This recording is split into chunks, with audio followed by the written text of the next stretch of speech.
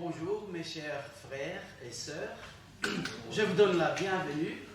Cette église donne la bienvenue à tous ceux qui nous visitent. C'est un plaisir de vous recevoir. Surtout, c'est le plaisir de Dieu qui a tant aimé le monde, qui a donné son Fils unique pour que tous, chacune, que croit au Seigneur Jésus-Christ et à son sacrifice, ne mourra pas éternellement, mais vivra éternellement. Encore une fois, soyez tous bienvenus. J'invite notre frère Jean-François qui nous donnera les annonces de ce matin.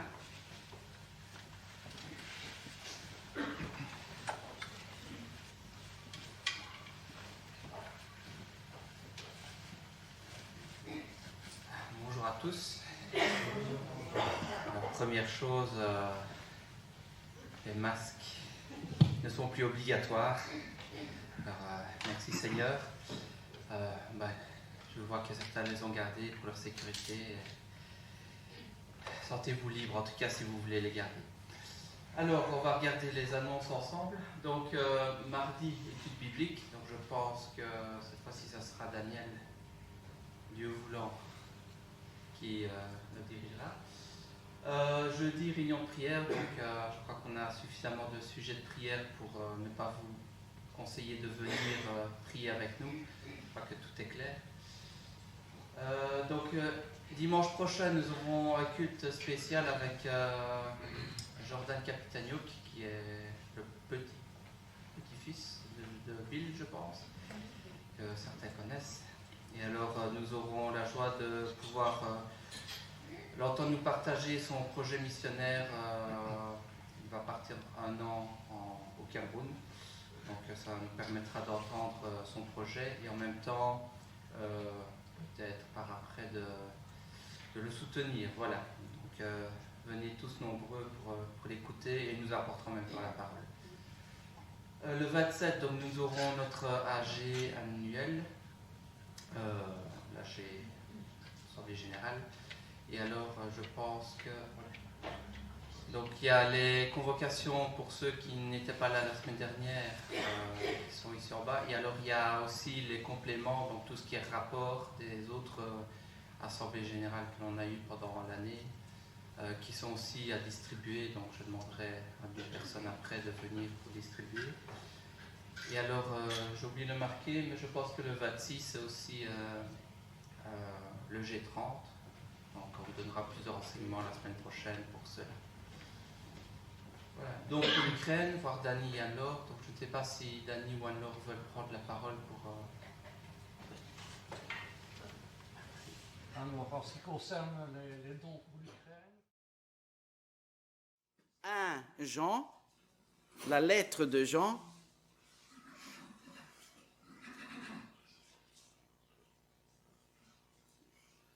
chapitre 4, verset 18,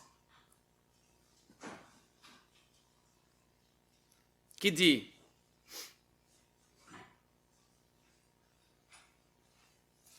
il n'y a pas de crainte dans l'amour, mais l'amour parfait bannit la crainte, car la crainte implique un châtiment, et celui qui craint n'est point parfait dans l'amour. Je vous invite à ceux qui peuvent se mettre debout et nous allons prier au Seigneur à ce moment. Père d'amour éternel, nous te remercions, Seigneur, nous te remercions du salut qui nous vient à travers le sacrifice du Seigneur Jésus-Christ. Merci, Seigneur. Nous sommes tout à fait assurés par la puissance de ce sacrifice, par ton amour. Parce que rien ni personne ne peut nous enlever d'entre tes mains. Merci, Seigneur. Merci. Merci de nous avoir laissé la Bible, ta sainte parole, le Saint-Esprit qui habite chacun que croit au Seigneur Jésus, et l'Évangile pour annoncer la vérité de l'affranchissement qu'il y a par le sang du Seigneur Jésus. Gloire à ton nom, Seigneur. Nous te prions au nom du Seigneur Jésus. Amen. Amen. Vous pouvez vous asseoir. À l'école, nous apprenons le masculin et le féminin. Hein? Garçon, fille. Quand j'étais enfant, je croyais que le féminin pour soleil, c'était lune. Après, j'ai appris que ce n'est pas exactement comme ça. Après, nous apprenons aussi les synonymes, les mots qui se rassemblent, qu'on peut utiliser l'un pour l'autre. Les antonymes, le contraire. Et par exemple, si on nous demande, hein, quel est l'antonyme, quel est le contraire de l'amour? On dirait c'est la haine. Du courage, la crainte, la peur. Mais c'est intéressant que la Bible, les Saintes Écritures nous apprennent des choses que parfois nous ne savions pas. Le verset de 1 Jean 4, 18 dit « Il n'y a pas de crainte dans l'amour. » Mais l'amour parfait bannit la crainte, car la crainte implique un châtiment. Et celui qui craint n'est point parfait dans l'amour. Alors la Bible m'apprend quelque chose, la Bible m'apprend énormément de choses. La Bible maintenant dans ce verset m'apprend quelque chose que ma professeure à l'école ne savait pas. Que en fait, le contraire d'amour, c'est la crainte. Quand j'expérimente l'amour de Dieu dans ma vie, la Bible dit qu'il n'y a plus d'espace, de lieu pour la crainte. Tellement je suis rassuré par cet amour de Dieu. Tellement je suis protégé, je suis soigné par cet amour de Dieu. Tellement je peux être dans la paix, dans la joie. La crainte s'enfuit. Grâce à Dieu pour ça. Et c'est justement en parlant de ça, de cet amour que bannit la crainte, que maintenant, je suis content de passer le mot à notre sœur Myriam, qui va nous donner son témoignage. S'il te plaît, ma sœur, que le Seigneur te bénisse.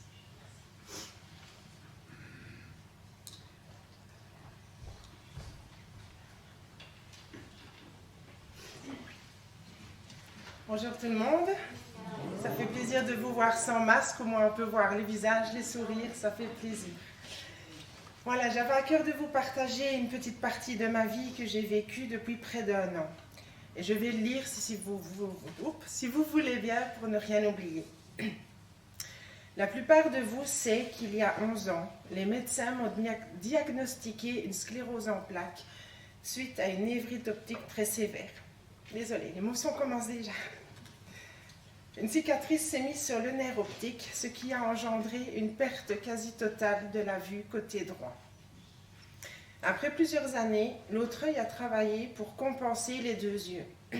Sans m'en rendre compte, il se fatiguait et a lâché prise que les migraines sont revenues de plus en plus fréquentes et de plus en plus fortes. Il va y avoir 1 an, le 2 avril, lors d'une consultation ophtalmique de routine, l'annonce que je redoutais le plus est tombée.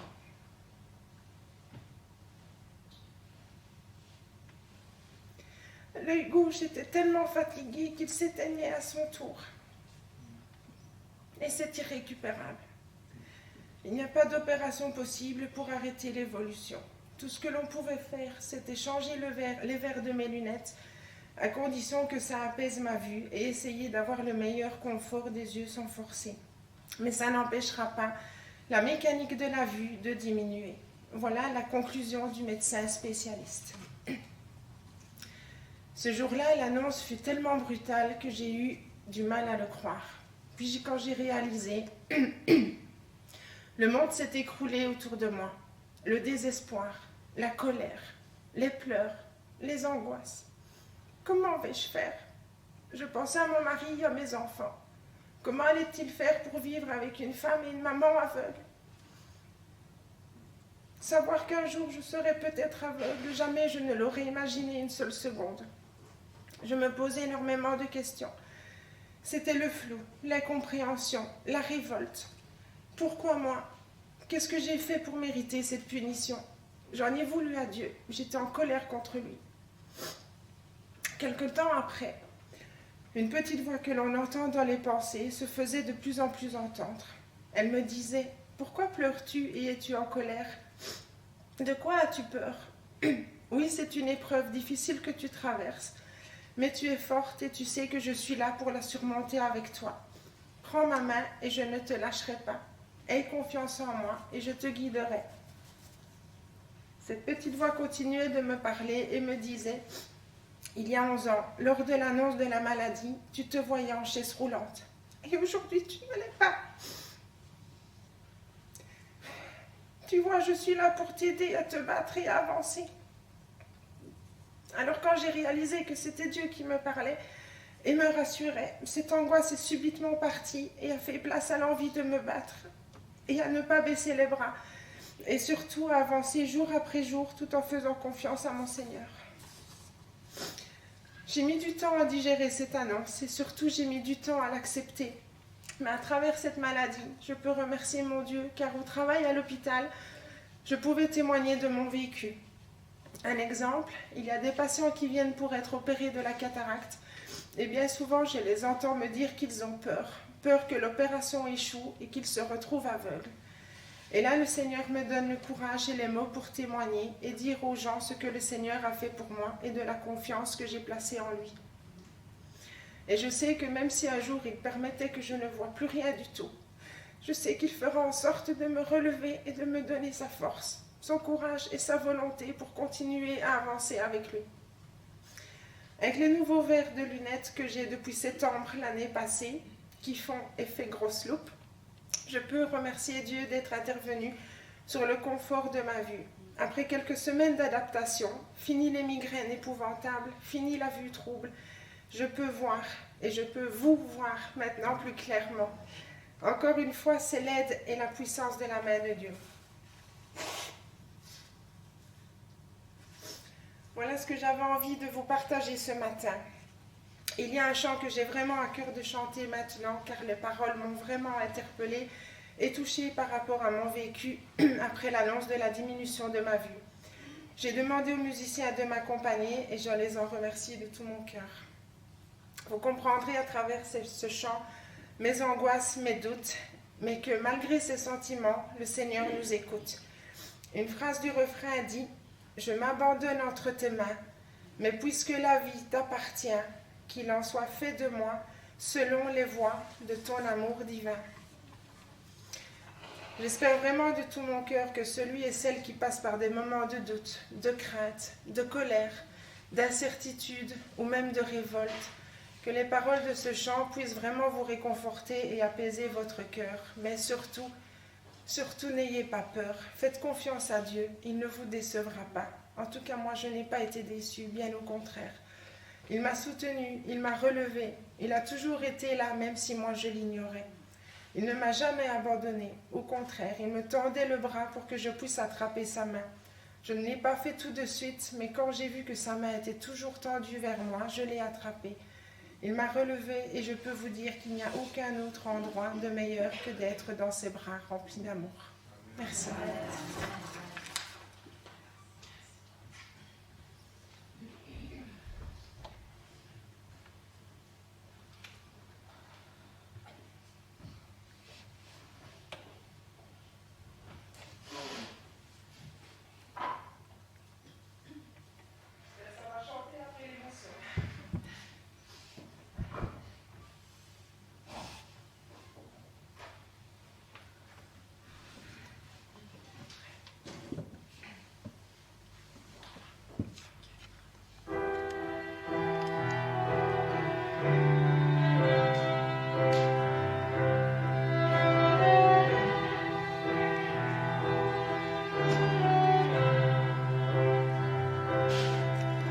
N'est-il pas d'autre choix devant la coupe que celui de marcher sur cette route, ce chemin de douleur, de peine et de malheur? N'y a-t-il rien que ce chemin de croix? Mon âme est dans l'effroi et dans le doute, mais je sais que ton cœur de père écoute. chacun de mes soupirs, mes peurs et mon désir de satisfaire à ta prière en moi. Glorifie ton nom sur cette terre. Manifeste en moi la sainteté de ton pardon. Je m'abandonne entre tes mains. Et puisque la vie t'appartient, qu'il en soit fait de moi selon les voies de ton amour divin. Combien de fois pourtant j'ai vu ta grâce lorsque je demeurais devant ta face. Mais là, dans ce jardin, il ne reste plus rien que le fardeau de tous les maux du monde. Aucun pour partager de ma souffrance. Le sang de l'agonie et de l'absence. Mais est venue mon heure, viens soulager mon cœur. Mon Dieu, mon sort est en toi maintenant. Glorifie ton nom sur cette terre. Manifeste en moi la sainteté de ton pardon. Je m'abandonne entre tes mains. Et puisque la vie t'appartient, qu'il en soit fait de moi selon les voies de ton amour divin.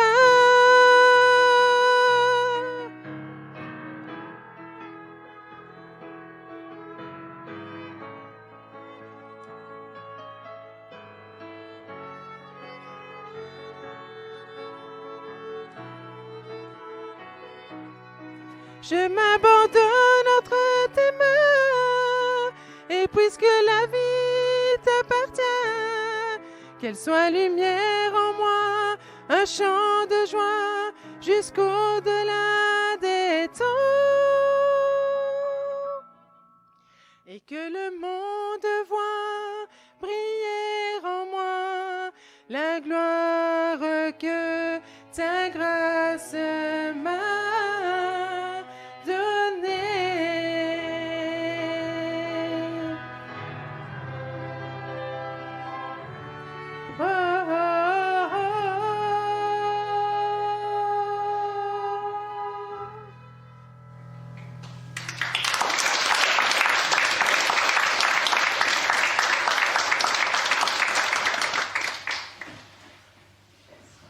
Merci Myriam pour ton témoignage, merci au groupe de louanges qui l'accompagnait et merci à notre Seigneur qu'il ne nous abandonne pas.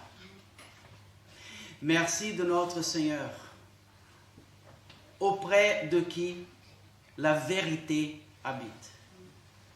Voilà, nous venons d'avoir le témoignage d'une vie qui nous montre que l'amour bannit la peur. Quand l'être humain a décidé de donner son dos à Dieu et de donner ses mains, d'étendre ses mains au péché, beaucoup de choses sont rentrées dans le monde et dans notre vie. Parmi ces choses, les maladies. Mais il y a une promesse du Dieu qui dit toujours la vérité, qu'un jour, pour ceux qui croient, tout sera rétabli. Tout sera rétabli. La santé, la durée de la vie, la joie, tout ça à son côté. Et pour que ça puisse être possible, il a payé cher. Il a payé avec la vie de son Fils unique sur la croix. Alors, quand les difficultés de la vie viennent, à quoi penser? Il y a un chant que nous allons chanter maintenant qui nous donne une excellente idée. Il dit « Compte les bienfaits. Compte les bienfaits. » Nous avons considéré une autre fois qu'en fait, il faut bien choisir à quoi nous pensons pendant la journée. Compte les bienfaits.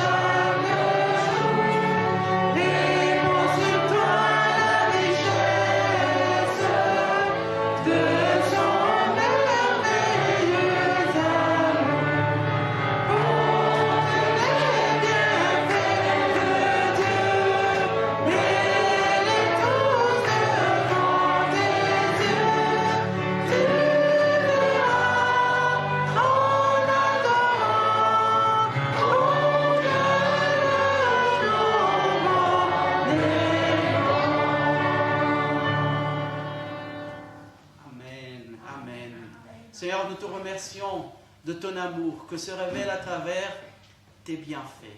Merci Seigneur, parce que le Dieu tout-puissant, de toute majesté, le roi de tout l'univers, se met à notre côté chaque jour et à chaque instant.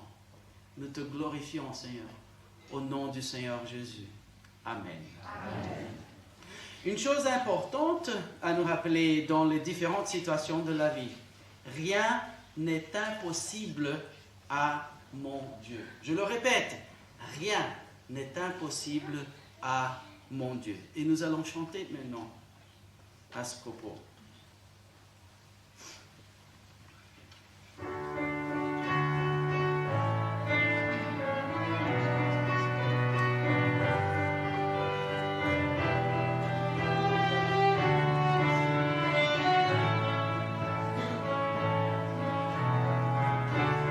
Rien n'est impossible à mon Dieu.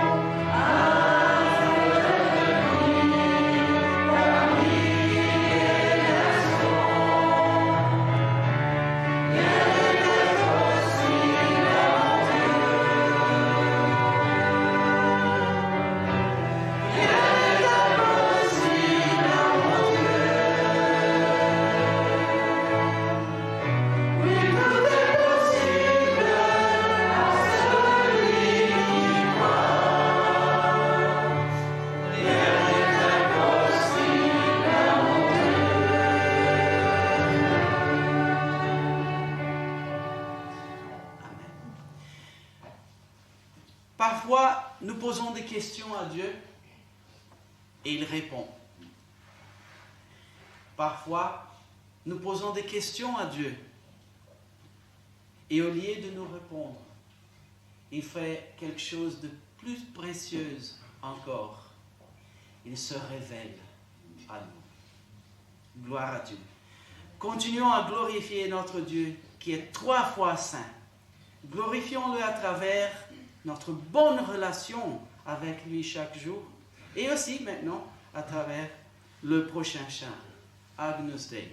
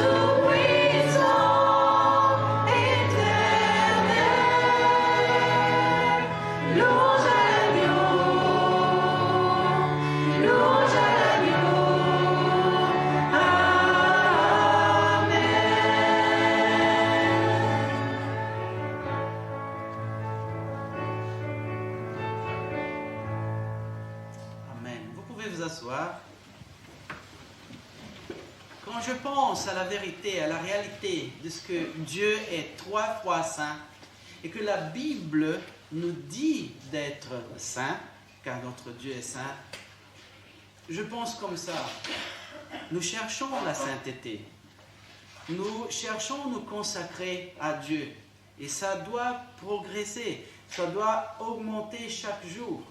Mais si je pense au pourcentage, par exemple, je pense à un jour finalement arriver au 100%. Et quand j'arriverai, grâce à Dieu, avec son aide, absolument, au 100% d'être saint, je pense que Dieu est tellement saint que moi, un jour, j'arriverai au 100% d'un degré. Et lui, il est 3 fois. Il a même une lacune, un espace entre sa sainteté et celle que je peux achever. Craignons Dieu. Craignons Dieu. Respectons Dieu. Valorisons sa sainte parole et la relation qu'il veut avoir avec nous chaque jour. Nous passerons à ce moment, au moment de la Sainte Seine.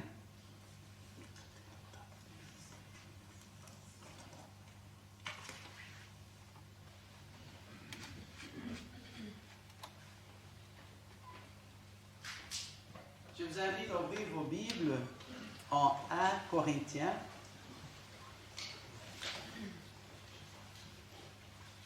chapitre 11.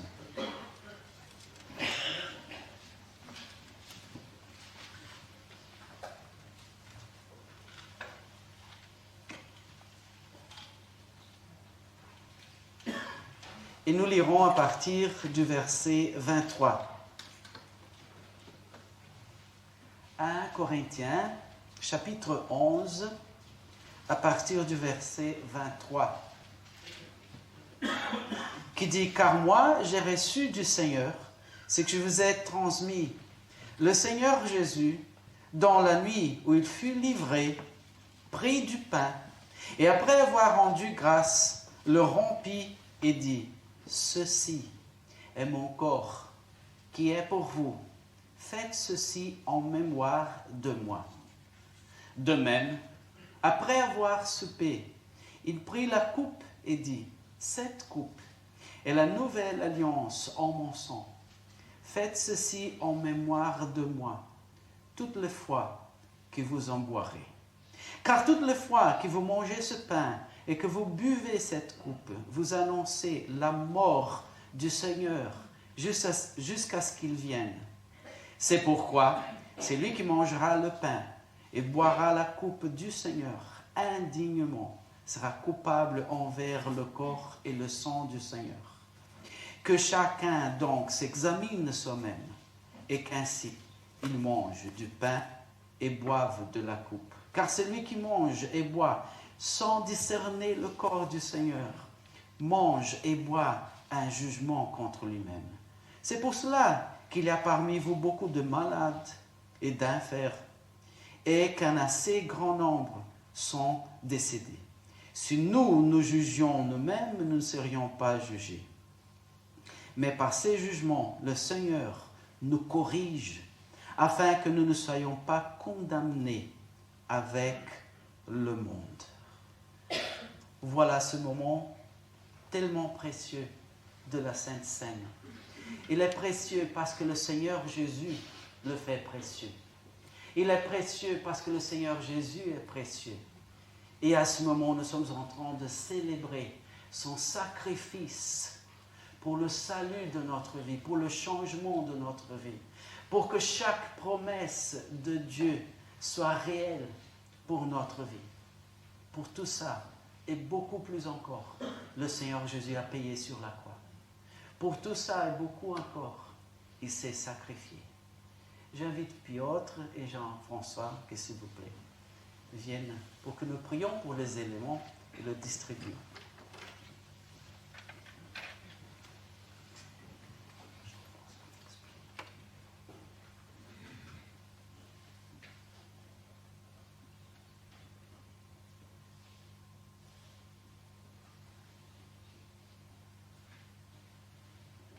Seigneur notre Dieu, merci pour ce privilège que tu nous offres encore aujourd'hui d'être unis devant ta face et de pouvoir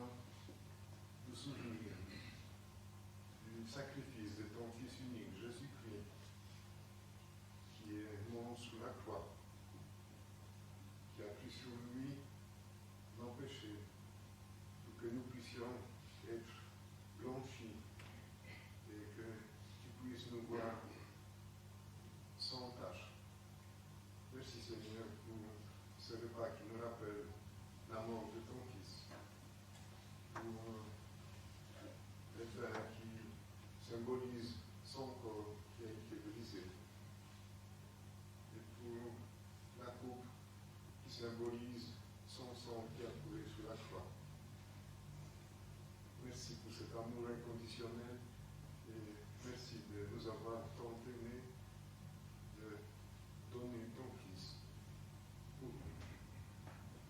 Bénis ce moment de communion avec toi, de communion entre frères et sœurs que nous avons maintenant.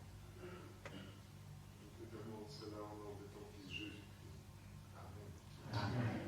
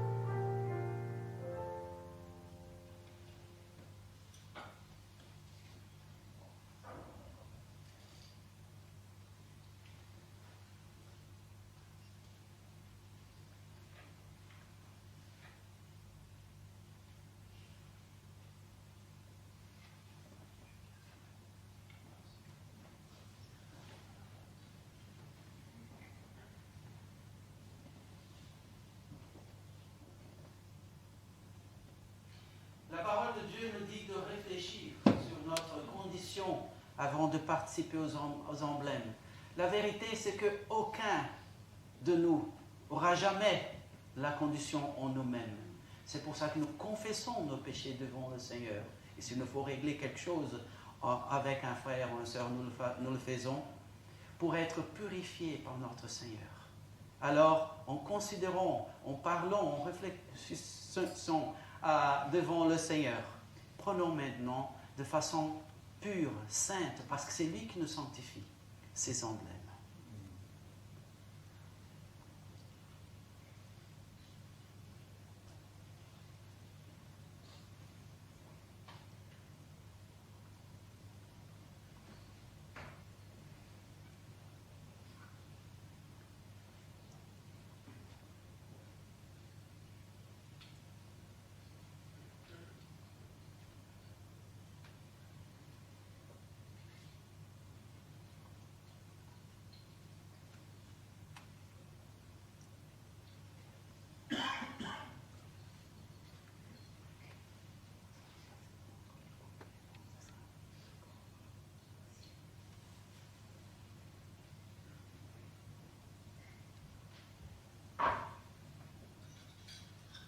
À ce moment, je vous invite à chanter en tant qu'Église le refrain du chant 86.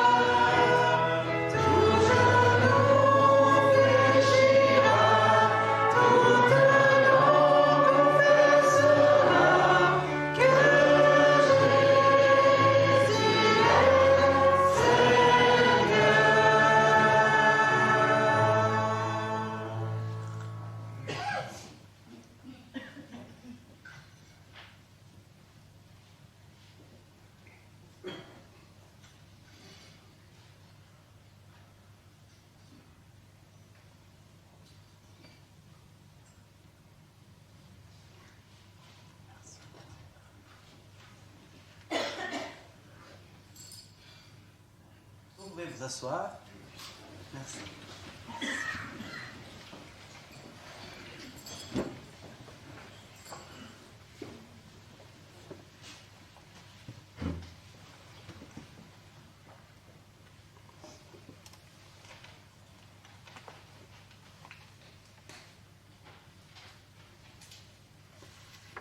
Nous aurons maintenant un moment aussi précieux, c'est le moment de la collecte.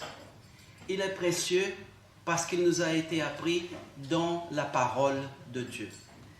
Que pour ça. Et qu'à travers, de la même façon qu'à travers notre notre temps, notre intelligence, nous avons le privilège de servir notre Seigneur. Aussi de la même façon, la Bible nous dit que nous avons le privilège, l'honneur de servir notre Dieu et son travail avec un peu de tout ce qu'il nous a donné. Nous aurons le moment de la collecte, tandis que nous chanterons « Je te donne tout ». Oui, que je puisse donner à mon Seigneur beaucoup plus que ce que je donne au moment de la collecte. Mon tout, à chaque jour, à chaque instant. Ah,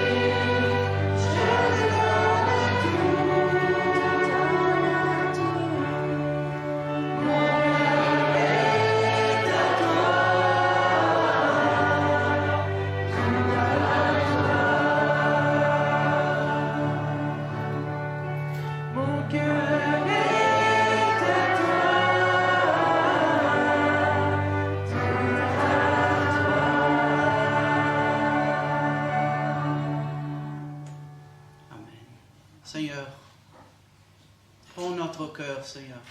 Prends tout ce que nous sommes, Seigneur. Que notre vie soit pour ta gloire. Pour que le peuple te connaisse, Seigneur. Gloire à ton nom, Seigneur. Nous te prions. Et s'il te plaît, à ce moment, quand nous allons ouvrir ta parole, s'il te plaît, parle à nos cœurs. Transforme-nous encore une fois et continue à nous transformer, Seigneur. Parce que ta parole nous dit que tu nous as sauvés pour nous transformer et pour nous faire chaque fois plus semblables à ton Fils bien-aimé. Nous te prions au nom du Seigneur Jésus. Amen. Amen. Vous pouvez vous asseoir.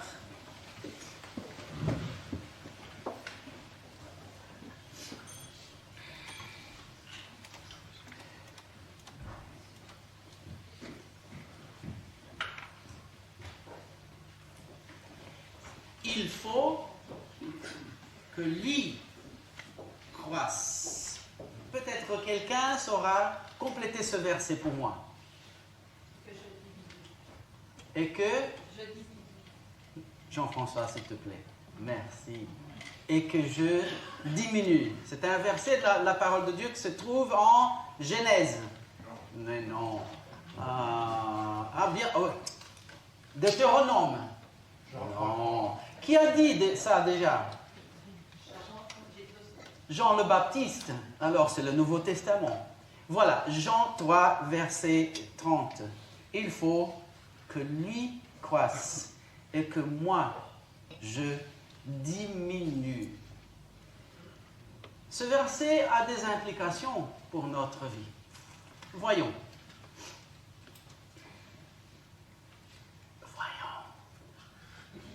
Voilà.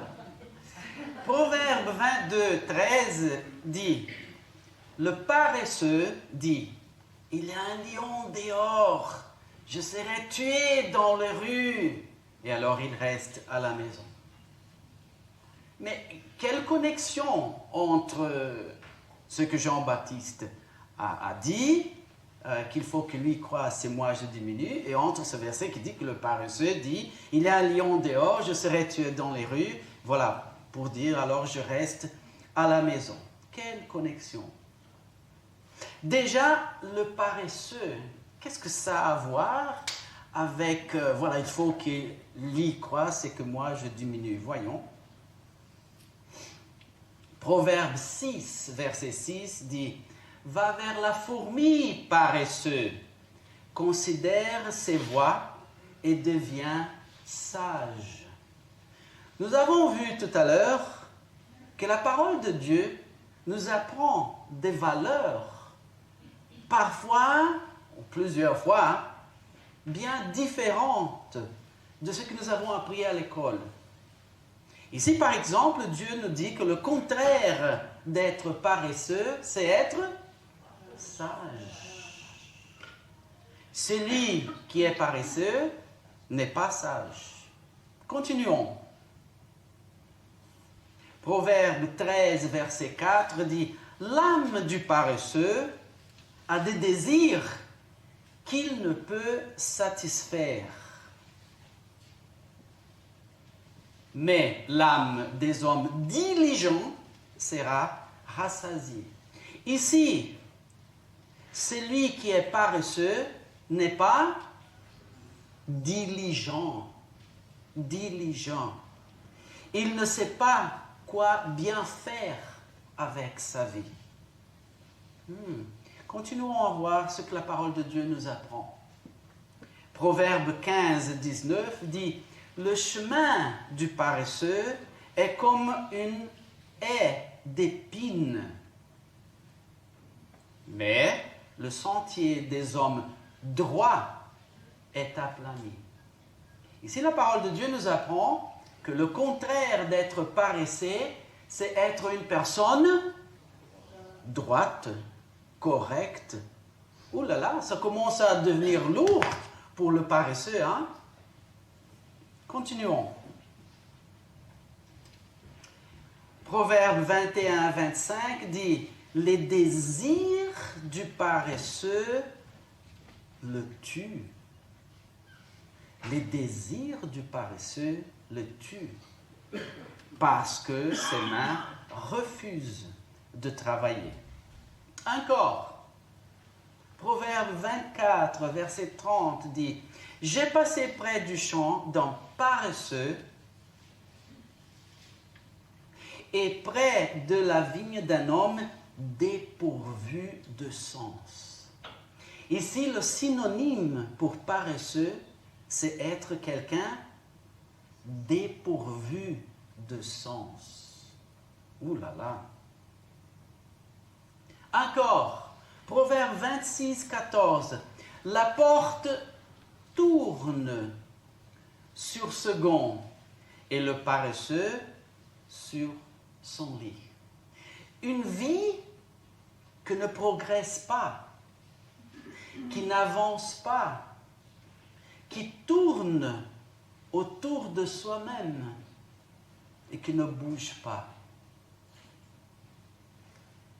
Encore, Proverbe 26, 16, le paresseux se croit plus sage que cet homme qui répond avec bon sens. Je le répète, il se croit. Il se croit. Alors, d'après la Bible, le paresseux n'est pas droit, n'a pas du sens et se croit plus. Ouh là là. Quelqu'un a dit une fois, tout ce qui est dans votre esprit, tout ce que vous avez en tête aura tendance à se produire dans votre vie. Voilà, c'est même la Bible qui nous dit l'insensé. L'insensé dit, il y a un lion à la rue, et alors il ne sort pas. Il se met quelque chose dans la tête, soit pour se faire des excuses, soit à cause d'une peur que n'a pas de base.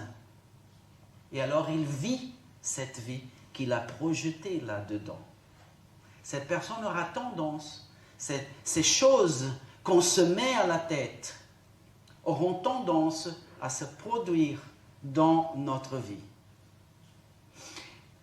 Cette personne a dit, si vous continuez à croire comme vous l'avez toujours cru, alors vous continuerez à agir comme vous l'avez toujours fait. Si vous continuez à agir comme vous l'avez toujours fait, alors vous continuerez à obtenir ce que vous avez toujours obtenu. Et maintenant, une valeur d'or.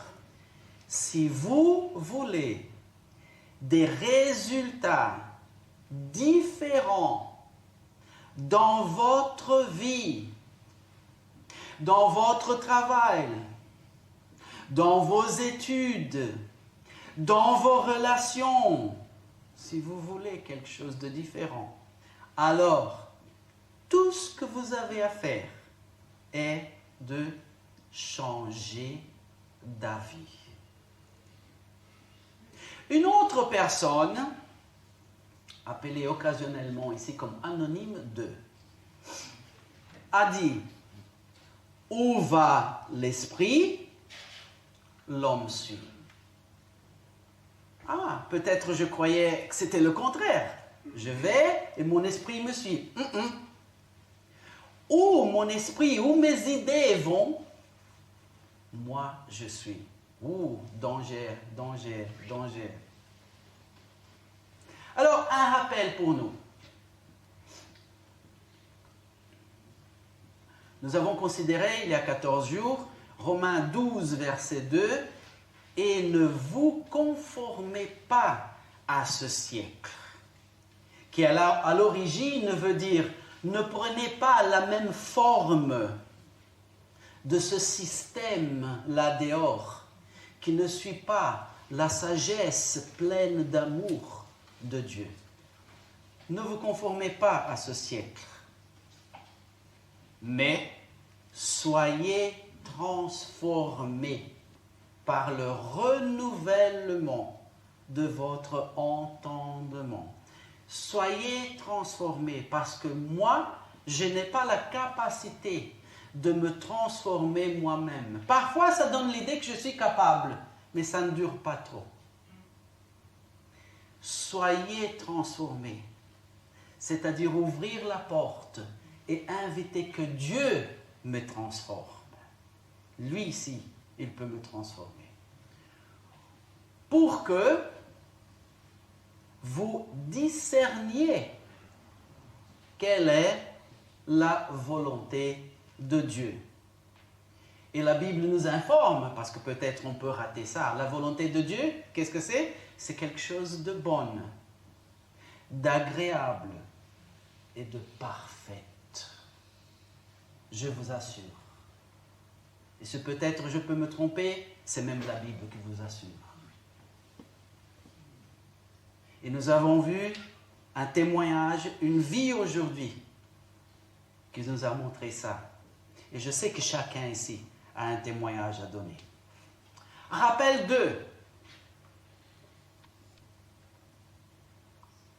Ésaïe 55, 8, nous avons aussi considéré ensemble. Car mes pensées ne sont pas vos pensées, et vos voix ne sont pas mes voix, dit l'Éternel. Car comme les cieux sont élevés au-dessus de la terre, ainsi mes voix sont élevées au-dessus de vos voix. Et mes pensées au-dessus de vos pensées. Et encore,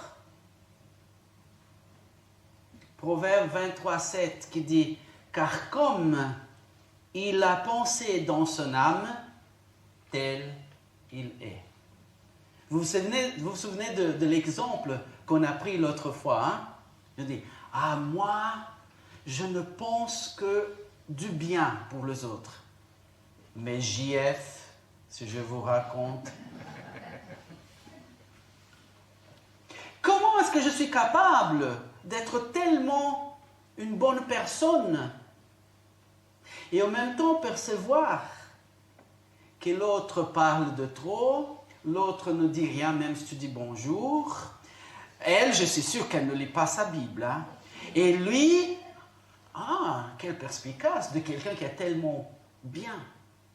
Car comme il a pensé dans son âme, tel il est, nous dit la Bible. Alors, ce qui nous pensons, ce qui nous croyons, nous semble réel. Ah oui, je suis sûr que lui, il est un paresseux. Ah oui, tu le vois chaque jour, vous parlez. Non, mais c'est sûr. Je suis sûr qu'elle n'est pas une bonne épouse. Ah, pourquoi? Il t'a confié quelque chose en confidence? Non, mais c'est clair pour moi. Ce que nous pensons, ce que nous croyons, nous semble réel. Attention. Parce que peu à peu, on commence à vivre une fantaisie, une illusion. Et alors, nous agissons comme s'il l'était. Bonjour madame, vous allez bien? Bien. Et votre mari? Oui, il va bien. Vous êtes sûre, madame? C'est ça, hein? Et alors, nous agissons comme s'il l'était. Un exemple. Parfois, on se voit disant ça, hein? Il ne faut plus prêcher l'évangile, car tous l'ont entendu et ne veulent pas. Ou encore, il n'y a plus rien qui puisse changer son avis. Il n'y a plus rien, il n'y a plus rien. Abandonne, abandonne. Ou encore, cela ne changera jamais. Celui-là, oublie. Par contre, on pourrait, au lieu de nourrir ce genre de pensée et de vivre ce genre de pensée, parce que, en fin de compte, ce sont nous qui choisissons à quoi nous pensons. Nous pourrions faire comme nous voyons Job 42,5. Il dit, « Mon oreille avait entendu parler de toi, mais maintenant mon œil t'a vu. » Un homme pieux comme Job, comme nous lisons au commencement du livre, qui après subir tout ce qu'il a subi, à la fin, il dit, « Moi je te connaissais seulement d'entendre parler, mais maintenant je te connais en réalité. » Il nous faut nous permettre de voir les révélations que Dieu fait de soi-même à nous chaque jour. Encore, Marc 8, 25. Jésus lui mit de nouveau les mains sur les yeux et il fut guéri.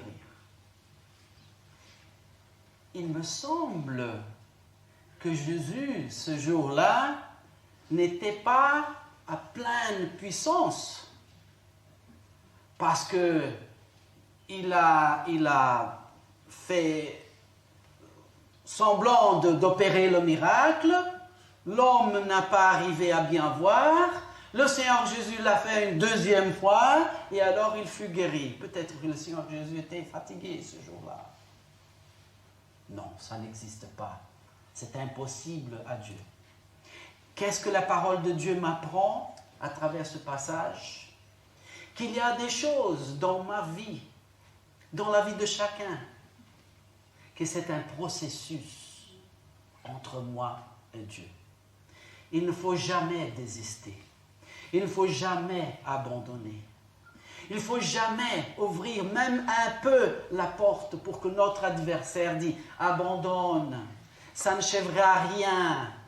Ça n'a jamais changé jusqu'à aujourd'hui. Pourquoi est-ce que demain ça serait différent ?» Parce que même Dieu, qui tout peut, et quand il peut, il fait un processus avec ma vie, la tienne, et de celui-là qui a bien besoin d'être béni par tes prières, par tes mots d'amour, par une relation saine. Encore, nous avons l'exemple dans la Bible, dans 2 Rois 5, 14. Il descendit alors et se plongea 7 fois dans le Jourdain, selon la parole de l'homme de Dieu. Et il fut guéri. Est-ce on s'est jamais mis à la place de cet homme? Waouh, l'homme de Dieu m'a dit, je vais me mettre dans l'eau, 7 fois, je serai guéri. Je commence, je rentre l'eau 1 fois, je sors. La deuxième, rien de nouveau. Bon, il a dit 7 fois, 3, 4, 5, où on s'approche à la fin, rien n'a changé. Voyons peut-être la 6e fois. Il se met dans l'eau, il sort, il dit rien. Si 6 fois n'ont rien fait, qu'est-ce qu'une 7e fera? Mais c'est suivre Dieu. Dieu avait dit qu'après la 7e fois, il serait guéri. C'est Dieu qui conduit toutes les choses. Mais pourquoi, Eliel? Pourquoi? Comme j'avais dit, parfois Dieu répond nos questions. Parfois, il fait mieux que ça. il se révèle dans notre vie. Il nous donne la joie et la rassurance que nous avons témoigné ce matin. Encore. Désolé.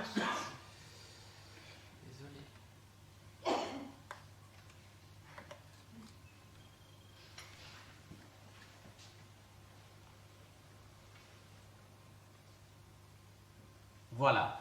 Merci. Josué 6, 3. Faites une fois le tour de la ville pendant 6 jours. Le 7e jour, alors la muraille de la ville s'écroulera. 6 jours. Chaque jour, une fois. Je me mets à la place des gens de la ville qui commencent à se pencher sur le mur et disent « Mais ces Juifs sont vraiment quelque part d'autre. Qu'est-ce qu'ils font là? Le tour de la ville. Ils veulent entrer, qu'ils demandent. 6 jours. Peut-être au 6e jour, quelques Juifs commencent à « Mais écoute, même pas une pierre est tombée pour nous donner un signe, une idée. » Nous n'avons pas besoin de ça. Nous avons besoin de la parole de Dieu. Et nous avons besoin de la croire, de la mettre dans la tête. D'échanger des pensées qui nous ne mènent à nulle part de bien par les pensées de Dieu. Le 7e jour, alors la muraille de la ville s'écroulera. Encore une situation.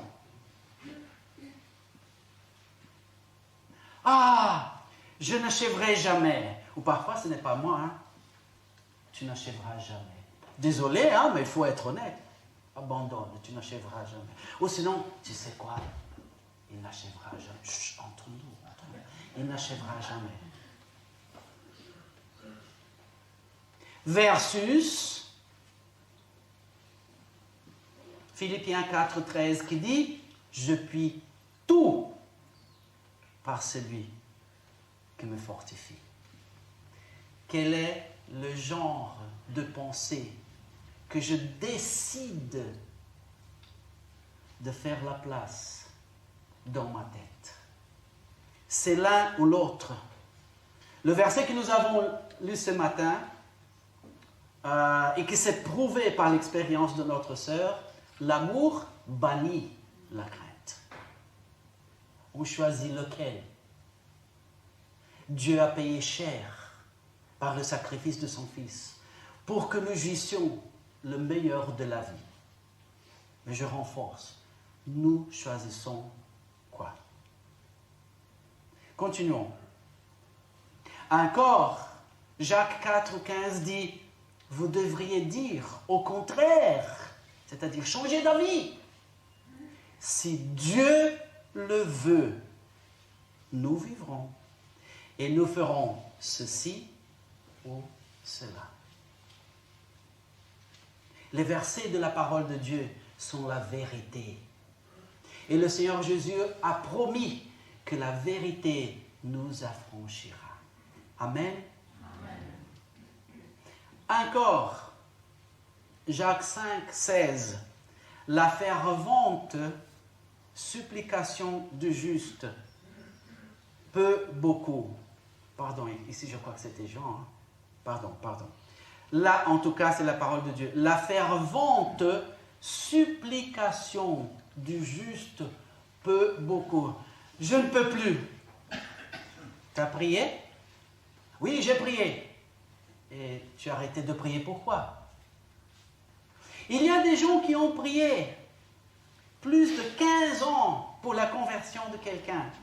Et ils sont morts sans voir ce qui s'est passé après la conversion de cette personne. Je ne suis pas le déteneur, le propriétaire du temps, de la vie, de la situation.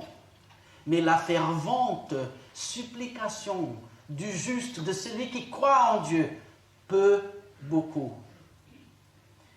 Faisons de la place pour ce genre de pensée qui est la vérité et qui affranchit. Alors, puisque nous devenons ce que nous pensons, oh, voilà, je vais essayer un mot en français, hein. Hypochondriaque, ça existe quand même, voilà. Qu'est-ce que c'est l'hypochondriaque? Ah, il faut prendre mes pilules. Ah, je suis malade.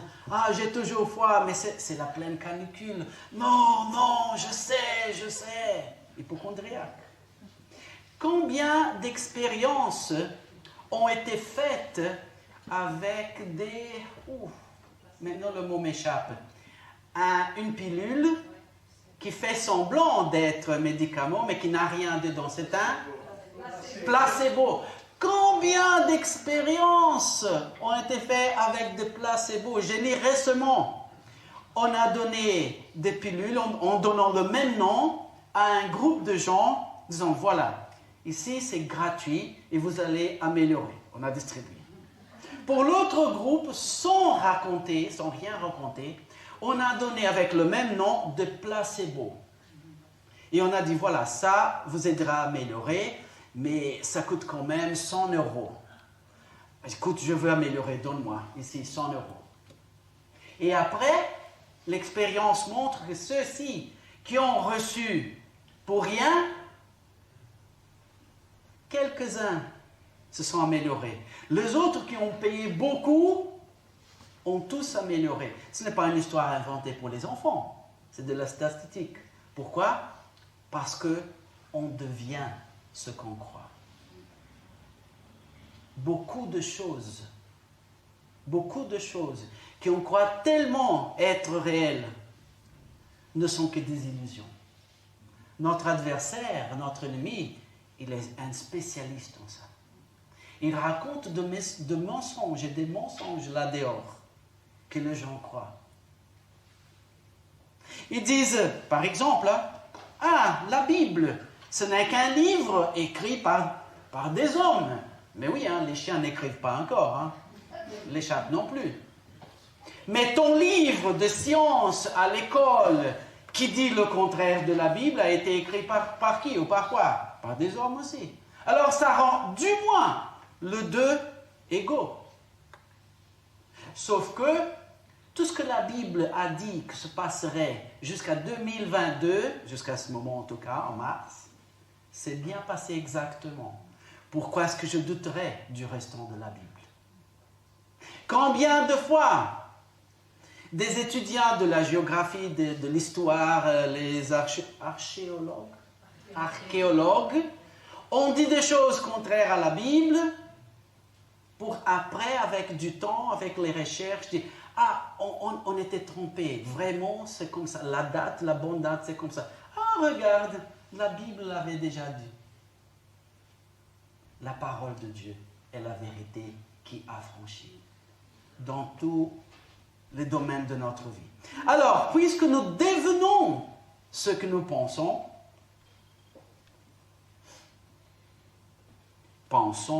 les vérités de Dieu,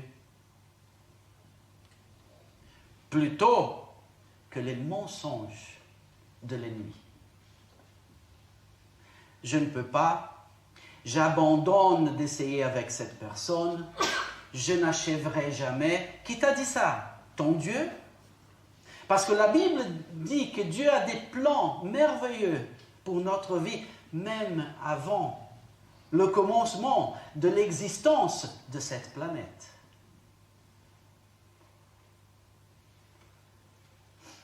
Et pour bien nous occuper de ce qui importe vraiment dans la vie.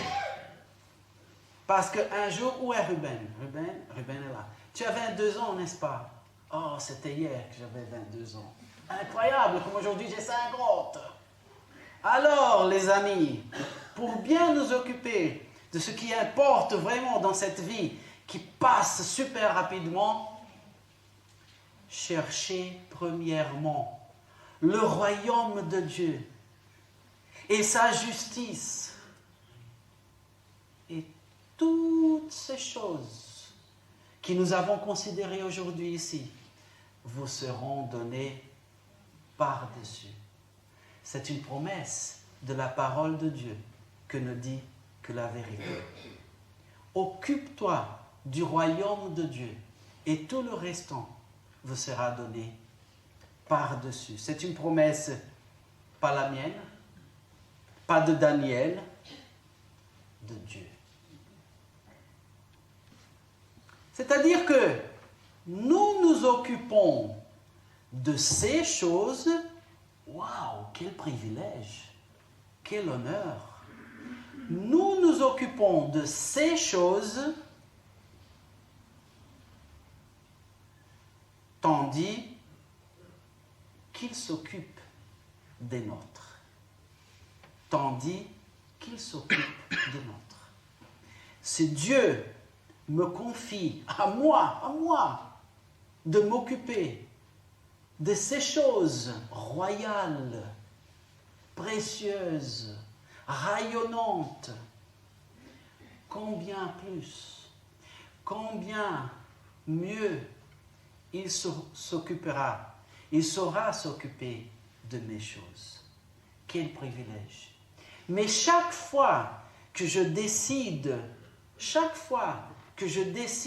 de dire, un instant Seigneur, je m'occupe de tes choses, un instant, je suis occupé ici de régler cette situation à moi, et bientôt je m'occuperai de tes choses. Et entre-temps, l'ennemi, l'adversaire de notre âme dit, oui, continue comme ça, Eliel, j'ai beaucoup d'occupations pour te donner, avant que tu puisses t'occuper des choses de Dieu. Mais c'est finalement, j'abandonne et je dis, voilà Seigneur, je te laisse tout. Qu'est-ce que tu veux que je fasse? Lis ma parole. Tu verras comment être un bon mari, un bon père, un bon employé où tu travailles, prier pour ceux qui ont besoin, agir en faveur de ceux qui ont besoin, témoigner du salut qui m'a coûté cher. Occupe-toi de ça. Oui, mais pour le restant, Seigneur, moi, le Dieu de toute sagesse, toute puissance et tout amour, je m'occuperai de toi. Ah Seigneur, d'accord, c'est bien. Un instant. D'accord. Parce que Dieu, il frappe à la porte. Si et quand nous ouvrons, il rentre et il nous bénit énormément. Et il se sert de nous pour être une bénédiction. Et si nous continuons, peut-être pas dans ce domaine-ci, mais dans l'autre domaine, si nous continuons de dire, un instant Seigneur, un instant, j'ouvre la porte, un instant, j'arrive, mais il y a déjà 3 ans qu'il frappe. C'est dommage, je rate. C'est pour ça que notre premier verset dans notre message d'aujourd'hui, c'était « Il faut que il croisse et moi, je diminue. » Oui, Seigneur, mais tu vois, parce que moi, et je te raconte, ah c'est toi, Seigneur, parce que c'est long la liste, parce que moi, et l'autre jour, et il a fait ça à moi, et ça, mais, je, moi, mon, ma, mais, ça suffit. Il faut que lui croisse, et que moi, je diminue. C'est où la bénédiction du Seigneur habite. S'occuper de lui. Changer les pensées empoisonnées pour les vérités qui affranchissent. C'est l'invitation que Dieu nous fait aujourd'hui. Que le Seigneur vous bénisse. Amen. Pour clôturer, je vous invite à chanter quelque chose qui parle quand même de ce que nous avons considéré. Plus esclave des mensonges qu'on me raconte, plus esclave des mensonges que moi-même je me raconte, la vérité qui affranchit, m'occuper de la vérité et permettre que la vérité s'occupe de moi. C'est là que la bénédiction habite. Chantons au Seigneur.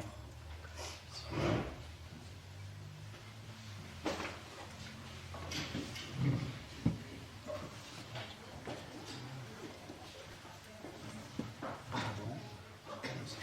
Ah oui. Nous avons aujourd'hui la collecte mission et alors nous allons chanter ce chant-là tandis que nous ferons la collecte mission. Merci.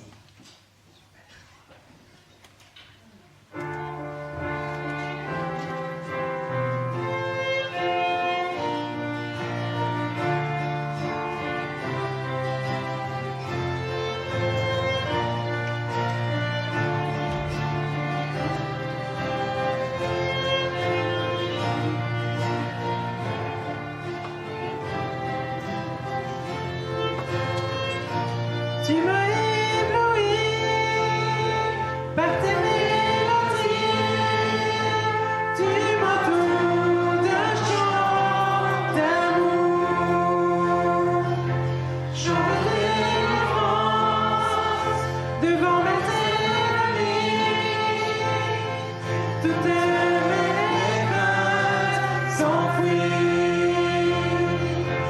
Je ne suis plus de la peur, je suis enfant de Dieu. Je ne suis plus esclave de la peur, je suis enfant de Dieu.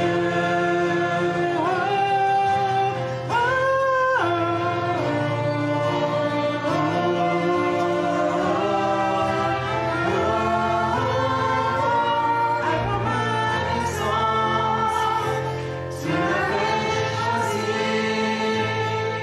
appelé par mon nom.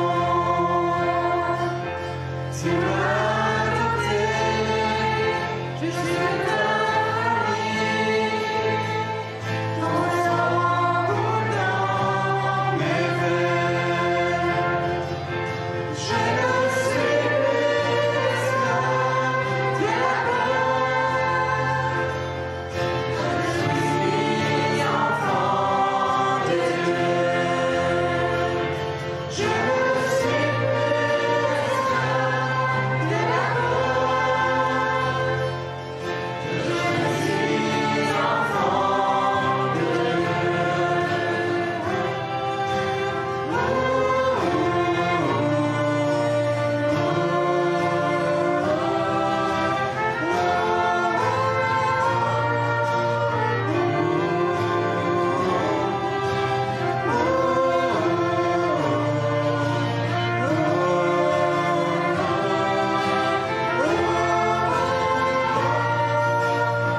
Tu fends la mer et je peux la traverser, mais berce-moi dans ton amour.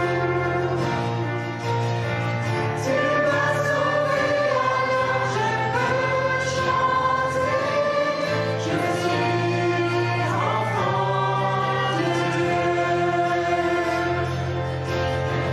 Tu fends la mer et je peux la traverser, mais berce-moi dans ton amour. Tu m'as sauvé, alors je peux chanter. Je suis enfant de Dieu. Je suis enfant de Dieu. Je ne suis plus esclave de la peur, je suis enfant de Dieu. Je ne suis plus esclave de la peur, je suis enfant de Dieu.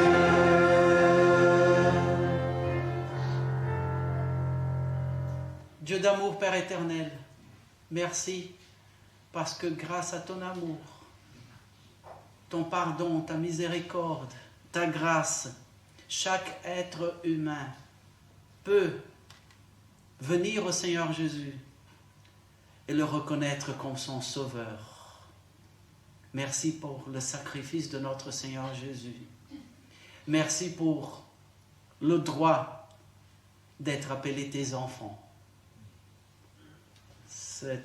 cet honneur qui nous a été accordé et qui est accordé à chacun qui croit au Seigneur Jésus. Ô Dieu, conduis-nous dans tes chemins d'amour, de sagesse, de puissance pour la vie, et que notre vie rayonne ta lumière autour de nous, dans un monde où la vraie espérance manque énormément. Oh, gloire à ton nom, ô toi qui es la source de l'espérance, du bien-être, du salut. Nous te remercions, Seigneur. Nous te bénissons au nom du Seigneur Jésus. Amen. Amen. Que la grâce du Seigneur Jésus-Christ et l'amour de Dieu et la communion du Saint-Esprit soient avec vous tous. Ayez un bon dimanche, une bonne semaine et il y a un café qui vous attend.